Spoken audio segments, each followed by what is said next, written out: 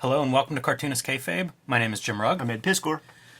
First things first, we have a Patreon, and the King Kayfaber level is currently watching us record these videos and talking with us in our chat. So want to encourage everybody to check out that Patreon. It's been really fun building out this community, and that is one more level where you get access to videos early, you get access to us while we're recording, and it's just one more way to support Cartoonist Kayfabe. The other great way to support Cartoonist Kayfabe is to buy our books, and you can see our bibliography highlighted here on your screen right now. Ed Piskor's Red Room, Hip Hop Family Tree, X-Men Grand Design, WYSIWYG, all out and available now with some new books coming out this year in some of those book title families. Also, you can pick up Plain Jane's Street Angel and February 22nd, Hulk Grand Design. Congratulations, Jimmy. Thank you very much. I'm so excited to be part of the Grand Design family of books. And I just got my advanced copy this week, so first thing I got to record, Ed, is send it out to the Cartoonist Kayfabe faithful out there. That's right. Give them a preview of what is coming to their comic shops in case they haven't pre-ordered this book already, because they're printed now. They're not making any more of these things, and the book was delayed because printing is a challenge right now. So I encourage everybody, if you want a Kayfabe effect a book, this may be it. So pre-order this one or reserve this at your local comic shop while there are still copies available. Ed, I did a couple of different things with this, basically inspired by the other Grand Design books, trying to keep up with what you guys had already done, you and Tom Scioli. And the very first thing I did, you both had spot varnishes. I opted for a fluorescent green ink on my cover. Looks great, too. It's going to pop. You know, no doubt about it to me. If you put this on the shelf at the comic book store, to all the comic shop owners out there supporting us, should stand out. Should be able to see this one from the street. And you also, one of the features in Grand Design that you established from the very get-go is reprinting some classic artwork featuring those characters.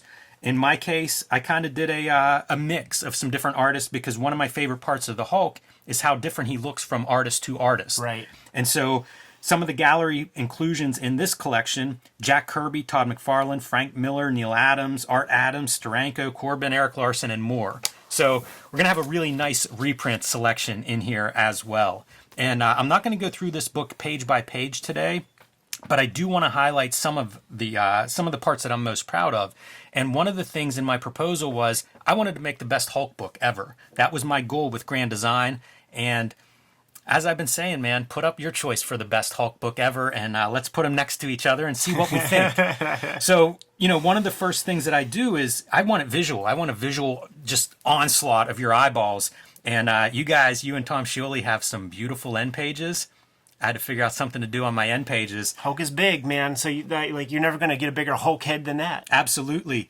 And I don't know if we'll ever see a Grand Design artist edition or not.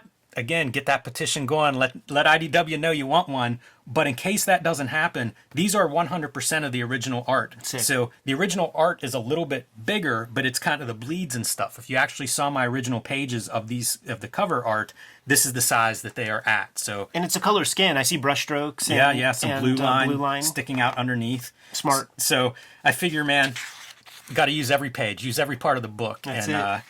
If that doesn't set a tone, I don't know what would. I remember like our very first conversations together, like whenever on day one of hanging out on Wednesday, you know, down in Oakland, you're talking like, I want to do like an Aphrodisiac Treasury edition. And we were all in this idea of like, man, we got to get our Treasury edition. Like, how cool would it be to have a canvas that big, to make a comic that big, blah, blah, blah. And one by one, dude, put our treasuries together. It's wild, isn't it? It is. Feels like The Secret, you know? We start talking about it and it's manifested itself. There's that proto video where we went to the proto Kayfabe, where we went to New Dimension, and like before Hip Hop 1 comes out, like I'm digging in the boxes and pulling out that Fantastic Four treasury, and I'm like, dude, I want to print my thing this size. And Tom Scioli's like, Ed, I think you're the only guy so far who has twisted a publisher's arm to print a Treasury edition. We have our Treasury editions now, man. Well done, Ed. I feel like you weakened their arm with that twisting. That's it. It's really setting it up for the rest of us. You know, and for fandom, by the way, because who benefits from a book that looks good? And then, of course, there's the Peach books, the Trad Moore joints. Yes. Like there are other books decide. And then, like, you know, DMC made his superhero comic, and it's Hip Hop Family Tree size. Got to, man. You got to do it. It's too good not to. If that option is available, you got to do it. Here's a nod to your choices, Ed, is Yeah. putting together covers. So one of the features that I used as a design element is I put together all the pages of all the Hulk covers that are in this book and use them as like chapter breaks. In this case, is like a title page. Also gotta love like having my name that big. By the way, this is the thumbnail, I feel like. Yeah, it might be. It might be. But again, it's just a graphic assault, you know, like you can do a title page as one page. Why not do it as a spread? Nobody stopped me from this. Hulk is big, so like the bigger you go, you're just keeping with the theme and the sort of tropes of the character. Yeah. And then Jack Kirby starts it all. Yes, sir. There's a handful of cover scans along these lines. This one is, you know, approximately at actual size. An anonymous collector that I got to scan from, so I don't want to tip that out. I don't have a Hulk number one to Sure. scan myself and didn't get my hands on one to scan, but do appreciate he knows who he is that helped me out with this. But I thought it's a great way to kind of like set this up because this is essentially the biography of the Incredible Hulk. Totally, and you gotta use that because like if you got the Marvel file, it's that like ugly color that we push against always, man. So like I did the same thing. Like I wanted giant size X-Men. In one of our videos, I told a story about procuring that. Yes. and leaving it at a Thai restaurant, I believe. You can only say that after you don't plan on borrowing anyone else's It's true. high-end comics. Well, I didn't. It wasn't me who left it. That's fair. This is an actual scan. You know, like I've talked a lot about Chip Kidd and Yeah. his influence on my work, and he would photograph a lot of very close-ups of comic books in print, and I just love that aesthetic. Sometimes I try to duplicate that kind of like, you know, get that texture in there or get the dot patterns in. But in this case, I had a copy of the actual ad in my collection, so you just scan that thing at like 2000 DPI, and you get all those little printing inaccuracies, the imperfections of the paper and stuff. And I don't note this, but one of the first licensed, or I don't know if they're licensed, I guess Marvel wasn't producing them themselves, but this Incredible Hulk sweatshirt is one of those early items that Marvel really starts, you know, selling their characters in these different ways. And so that ad ran through a lot of comics of that time period. I feel like right here, like you should just show the back page. Yeah, I will. Yeah, that's a good call. Because people will Yeah, how start about to that? forget. Speaking of trying to duplicate that process, so you can Right. see my version of it here. But look at this is genius. Like Yeah, just there's your having- wrap up of the book. Right? Yeah, and it was the one shirt that had screen print on the back from that run of shirts. Those were some sexy fucking designs. Like the X-Men. It's the best X-Men that Jack Kirby ever drew. Where it was like the Yeah. little circle design. You know, like I put that in the book also. But like that's just such a smart choice, Jimmy. It's such an iconic image, and I did a drawing of it first. I was just going to draw it and put it in there because I thought that's a cool way to bookend coming and going. And then whenever I found the ad, it's like the ad's so much better than, you know, as close as you might be able to get. The ad's so much better. Use the original source material, and you can even see like from the page the blow up of what else was on that page. This is the best designed Marvel comic ever, dude. So, you know, we're still like, this is, oh yeah, by the way, shop owners, if this comes in plastic, man, rip that plastic off because it's designed to sell the book. You know, Yeah. let them flip through a couple of pages and see if they get sucked into this thing. You know, all the cover box images I use as much as possible. You see it on the back cover, but then also in these chapter breaks because I love these cover boxes. Yeah, this was like a year run, right? Yeah, For January, every December. every issue they would update it a little bit. How genius, right? Really a kind of a cool piece of comics history there as it goes along. You did these title pages, Ed. Based on the John Romita Compliments to the stuff. fans, but not easy. No. I mean, it's John Romita who did the one in that Fantastic Four, and it just it's like you got to do that. You really do. And then we get, you know, awesome cover gallery. So thank you, Ed. So I was trying to figure out when I put the book together order of things, you know, like things like you got to have the cover art, right? Peach Momoko and your cover of the classic McFarlane update. So, you know, I wanted to make that kind of read, you know, as part of the reading experience. Sure. And again, something I would see in Chip Kidd books where it was almost like the entire, even the editorial content was part of the narrative. And I really wanted to do that. So this is one of those happy accidents where like you look at the color palettes, it looks like you two worked together to design this spread. Right. You know, it's so perfect. It's even complementary the way like your green's up here while her green is on Hulk and She-Hulk. I couldn't have been happier, and it just kind of worked that way. If only I brought some purple into the mixture. Yeah, you know what? I was going through this and I was thinking like, okay, whenever I sign these books, like I'm going to change this one panel. I'm going to scribble in this. There should have been a black background here. But Marcos Martin, it's another one of those like super. I love the way this spread flows. Amazing. And not planned. You know, it's. I think the best art often incorporates these happy accidents. Yeah. So kind of cool. And then we get into the story that everybody's familiar with. And again, in the name of just kind of showing a little glimpse of this. Whenever I got my single issues, I would go through, and I don't know how well this shows up, but I would mark things, like change this color a little bit, change this drop shadow, move things around. And so like one of the examples was I wanted Silver Surfer. I thought it would read better if it was up here. I didn't want it to look like it was the Hulk talking. So I would just draw directly on one of my mock-up copies and then go through and make those adjustments. So there's a ton of these kind of like, what I would consider sort of small adjustments along the way. But those small adjustments, this is you get to see it in print, you get to read it, and then maybe you think, you know what, let's do off registration because he's falling out of this dimension. So let's have our colors just like peeling apart. And if you look, this is purple, right? But as it falls apart, it's like the magenta and the cyan are separating. Yeah, it's really cool. So there's a little bit of purple where they overlap, but for the most part, it's like he's just physically being torn apart as he goes through dimensions. Yeah, it's real smart. And there's a lot of playing with color. So for this Rocket Raccoon panel, I thought it should pop more. We're going to blow up some of this stuff. And you were the one that was using white as a color. I was using 100%. Like on the last volume, I was using my old kind of color text, like tropes, but like whenever energy or something was involved, I would just use 100% like magenta computer color. Yes. And then you would get this kind of thing to just like really, really be vibrant and pop. There's so much that can be done like that in color. And I feel like a lot of people don't explore that fully. You want to use 100% of stuff as much as possible. So like 100% yellow, where there's no dots to make it up. It just makes it so vibrant. It's almost like your fluorescent cover. That's exactly my note, is like go full blacklight. Yeah. So, yeah, there's a lot of those kinds of small corrections and things. Not a lot from the editorial at this point. Most of their editorial grammar corrections, things like that, were done at the comic book level. Sure, yeah. But it was a matter of, like, I didn't know how some of these colors were going to look when they printed some of these effects. So it would be fine-tuning some of those to really get the best that I could. And then, like, this is possibly my favorite page. Shouts to Blam. Totally. One of the best Instagram profiles one can follow. Yes, very fun. And again, it's a continued story. So like they would have so many of these in the back of the comics and talk about stuff that's just kind of like lost to history. And I love this stuff. I love the hand lettering. This is the shit that like we're going to be able to get a Todd Kleinschmidt interview after we show him this. I hope so. This was another one that I think I was really happy to be able to add. Marvel did CD-ROMs in the early 2000s of complete comics, like complete runs of comics that included the ads and the letters pages. So I pulled letters, and some of them are celebrity letters, like Gary Groth. Gary Groth, Eric Reynolds, and Kim Thompson all have published letters in The Incredible Hulk. Just amazing. The Fantagraphics, publishers and top of their crew. But there's tons of people that would go on to work. Ralph Macchio, an editor that we talked about recently in a Wizard episode. Yeah, has a nice house. Kurt Busiek, Mary Jo Duffy. Ron Fritz Pittsburgh, I think, is Ron Friends. Interesting. Because Gary Groth is Gary Groff.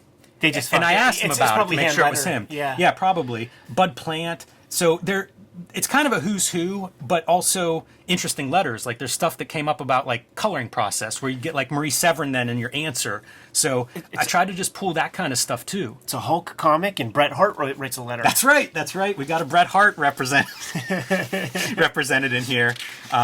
Same deal with trying to arrange pages and how they work out. I had two covers, to show for Hulk Grand Design Madness, but I wanted this to be a right-hand page. Like, okay, we're starting the next chapter in the book. And so you end up with McGinnis on this back cover. But once again, man, kind of a badass spread to lead into the actual comic. McGinnis is such a good drawer, dude. He's very good and big. I love those thick lines that he'll allow himself to draw. Yeah, it's really nice to see. I like seeing all these images at this big size. You can see like some of my coloring on Jeff Darrow's pencils. Again, reproducing his pencil art for anybody that wasn't aware of that. I'm so in love with his pencils, and we almost only see his ink line. So whenever I saw this, I was like, let's do the pencils. It'll be something different for Jeff Darrow fans. So again, the next chunk of this then, of course, is what was in the comics. And no reason to rehash all of that. Pick up the book if you haven't already. But that runs through, and then we get into our back matter of the book and some of the bonus stuff. Again, letters from the second section. So the books that are covered in part 2 are what all these letters are from. Very first one, Eric Larson, who would go on to do some of his own Hulk work, and Savage Dragon, possibly the greatest Hulk comic. This is such a cool piece right here. Yeah, compiled.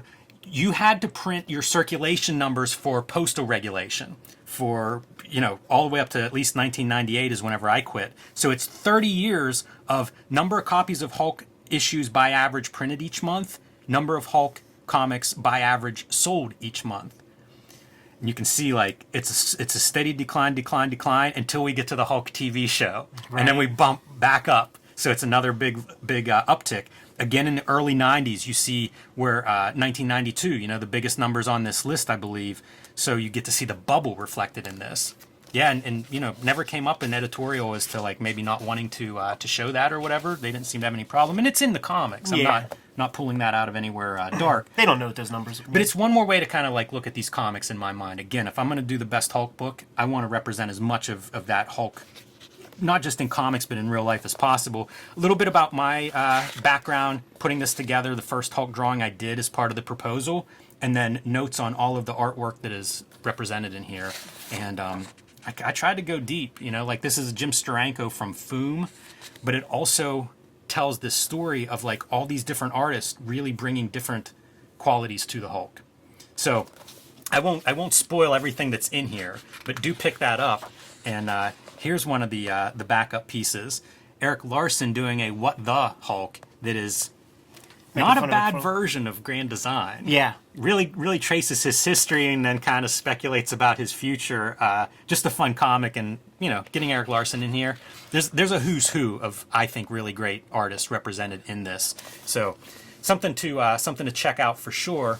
And then got to thank the creators who made me care about the Hulk. You got to. That part has to be included, man. And paying homage to the Hulk drawing by John Romita that got me started, kind of based on the Hulk cup that I would drink orange juice out of whenever I was 6.